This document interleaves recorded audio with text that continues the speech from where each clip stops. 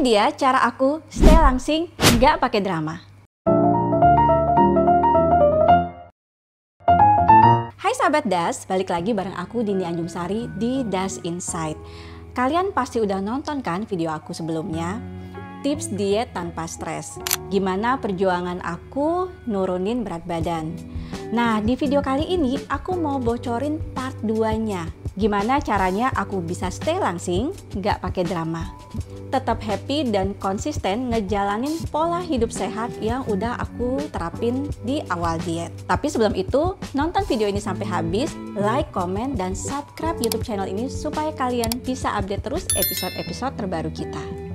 Oke sahabat Das, jujur aja, dulu pas diet, aku tuh mikir, nanti kalau udah kurus bisa makan apa aja dong? Big no. Itu pemikiran sesat yang bakal bikin kamu balik lagi ke titik nol. Sedihnya, aku udah ngalamin sendiri. Awal-awal setelah berat badan ideal udah aku dapetin, aku tuh sempet lengah. Mikir, sekali-sekali lah ya makan junk food gak apa-apa ya. Malah keterusan. Berat badan sempat naik. Aku panik dong.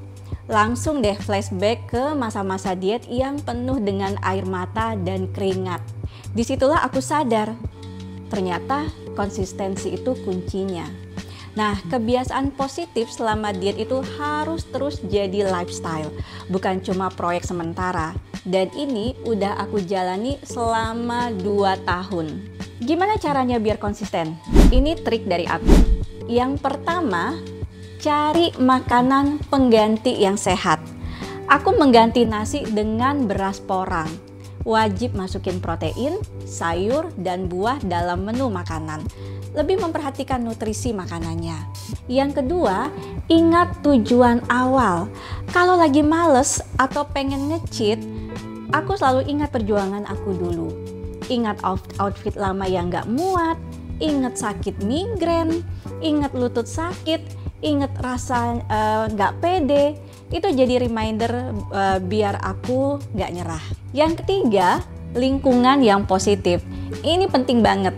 Berada di lingkungan yang menjalankan pola hidup sehat, jadi kalau mereka nawarin ya makanan sehat. Ngajak olahraga dan obrolannya pun juga seputar kesehatan. Vibe-nya jadi positif banget.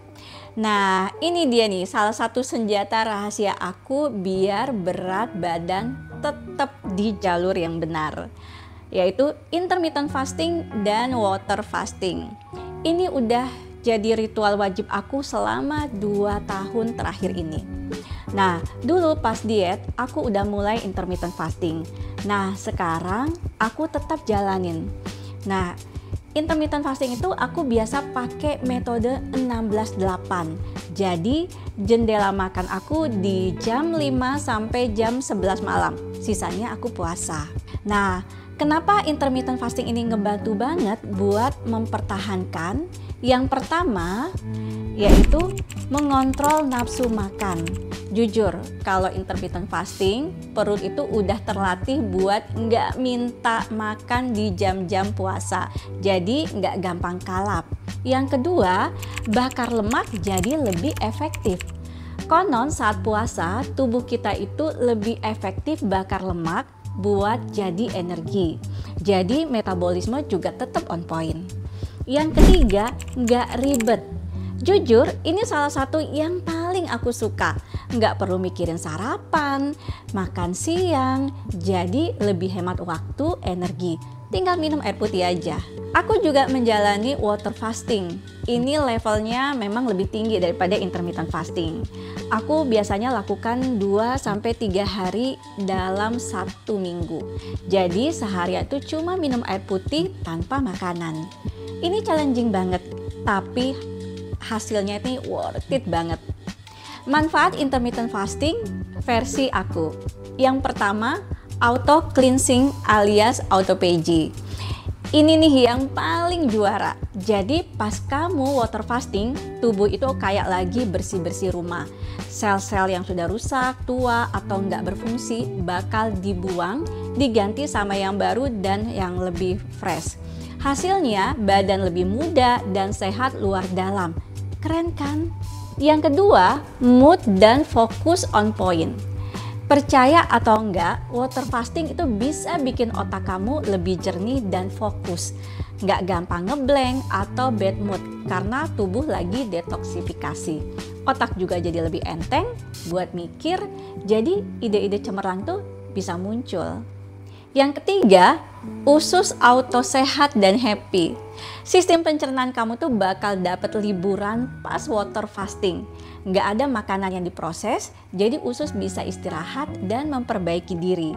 Bakteri baik di usus juga bisa berkembang lebih subur, bikin pencernaan kamu makin lancar dan sistem imun kamu makin kuat. Jadi bye-bye perut kembung. Yang keempat, sensitivitas insulin meningkat, gula darah jadi stabil. Buat yang suka ngemil atau banyak makan karbo, water fasting bisa jadi solusi. Ini bantu tubuh kamu jadi lebih peka sama insulin, hormon yang ngatur gula darah. Jadi gula darah kamu bisa lebih stabil dan gak gampang naik turun.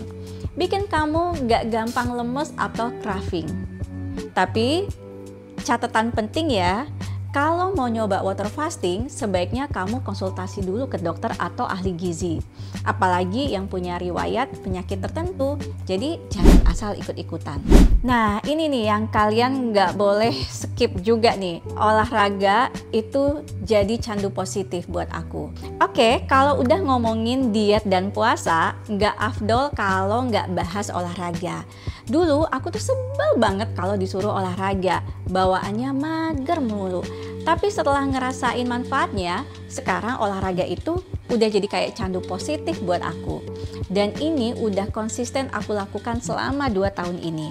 Nah, sekarang aku tetap aktif olahraga minimal 3-4 kali dalam seminggu. Jenis olahraga favorit aku buat mempertahankan berat badan ideal. Yang pertama yaitu angkat beban. Ini penting banget buat ngebentuk otot. Kalau otot kita banyak, metabolisme tubuh kita juga jadi lebih tinggi. Jadi meskipun lagi istirahat, tubuh tetap bakar kalori. Yang kedua, kardio. Tetap penting buat kesehatan jantung dan bakar kalori. Aku biasanya lari atau latihan bela diri arnis. Ini bagus banget loh. Nah, yang ketiga, yoga atau pilates. Ini bagus banget buat stretching dan bikin badan kita jadi rileks. Penting juga biar nggak gampang pegel dan stres. Apalagi kalau seharian ngonten, ini butuh banget stretching. Ini dia tips dari aku biar kalian konsisten olahraga. Yang pertama, cari olahraga yang kamu suka. Kalau nggak suka lari, ya jangan dipaksa lari. Coba zumba, dance, renang, atau main bulu tangkis. Pokoknya apapun olahraga yang kamu suka, yang penting gerak dan happy. Yang kedua, ajak keluarga atau teman. Kalau ada keluarga atau teman, pasti lebih semangat. Bisa saling nyemangatin kalau lagi males. Yang ketiga, jadikan rutinitas. Sama kayak mandi, olahraga juga harus jadi bagian dari rutinitas harian. Kalau udah biasa, nanti malah kerasa ada yang kurang kalau nggak olahraga. Yang keempat, jangan overthinking. Nggak perlu langsung mikir, aku harus olahraga 2 jam tiap hari. Mulai aja dari 30 menit, yang penting kamu konsisten. Nah, ini nih dia nih yang paling penting, makanan yang baik. Bukan lagi diet ketat yang nyiksa, tapi gimana caranya kita bisa makan enak, kenyang, tapi tetap sehat dan mendukung. Berat badan ideal, dan ini udah jadi lifestyle aku selama 2 tahun ini. Kalau dulu pas diet, aku tuh ngitung-ngitung kalori tuh mati-matian. Sekarang, aku lebih mindful eating dan dengerin tubuh aku. Ini prinsip makan baik versi aku. Yang pertama, nasi porang is my bestie. Ini rahasia utama aku. Udah 2 tahun ini aku mengganti nasi putih dengan nasi porang. Jujur, lama-lama bikin nagih loh. Kenapa porang? Karena kalorinya jauh lebih rendah, minim gula, dan seratnya juga tinggi. Jadi bikin kenyang lebih lama. Ini game changer banget buat aku. Yang kedua, protein is the key. Setiap makan pastiin ada sumber protein seperti ayam, ikan, telur, tahu, tempe. Nah, jadi protein yang bikin kenyang lebih lama dan bantu bangun otot. Yang ketiga, karbohidrat kompleks selain porang. Nah, sesekali aku juga makan ubi, kentang, atau roti gandum. Ini lebih lambat dicerna, jadi nggak gampang lapar dan gula darah juga jadi lebih stabil. Yang keempat, sayur dan buah. Ini wajib banget. Setiap makan penuhin piring dengan sayur-sayuran. Buah juga bisa jadi cemilan yang sehat loh. Fibernya banyak, bagus buat pencernaan. Yang kelima, lemak sehat. Jangan takut sama lemak. Pilih lemak yang sehat seperti alpukat, kacang-kacangan, atau minyak zaitun. Ini penting banget buat fungsi tubuh dan bikin kenyang. Keenam, anti gula-gula club. Nah, ini nih yang paling krusial. Aku tuh udah menghindari makan dan minuman gula tambahan selama 2 tahun ini. Kenapa? Karena jujur aja, makanan yang kita makan sehari-hari sebenarnya sudah mengandung gula. Dari lauk, buah, sayur, bahkan bumbu dapur. Jadi udah cukup, nggak perlu lagi kita tambahin lagi gula. Dengan cut gula ini, aku ngerasain banget perubahan di badan, di kulit, dan energi. Bener-bener ini life changing banget buat aku. Yang ketujuh, minum air putih yang cukup. Jangan diremehin. Air putih itu penting banget buat metabolisme dan kesehatan kita. Ini dia tips masak enak versi aku, tapi tetap sehat. Yang pertama, masak sendiri. Kalau masak sendiri, kita bisa ngontrol bahan dan cara masaknya. Jauh lebih sehat daripada kita jajan di luar. Yang kedua, meal prep. Nah, siapin stok makanan sehat di awal minggu. Jadi pas lapar nggak kalah pesen delivery yang nggak jelas gizinya. Yang ketiga, cheat meal bukan cheat day. Kalau pengen banget makan yang nggak sehat, boleh aja kok. Tapi jangan 1 hari penuh ya. Cukup 1 porsi atau 1 kali makan aja. Habis itu balik lagi ke jalur sehat. Oke sahabat Das, itu dia perjalanan aku mempertahankan berat badan ideal aku selama 2 tahun terakhir ini. Mungkin kedengarannya banyak banget ya yang harus aku lakukan. Tapi percaya deh, kalau udah jadi kebiasaan, itu nggak akan terasa banget. Bahkan aku ngerasa ini udah jadi bagian dari diri aku sekarang. Ini bukan tentang jadi kurus, tapi tentang jadi versi terbaik dari diri kita.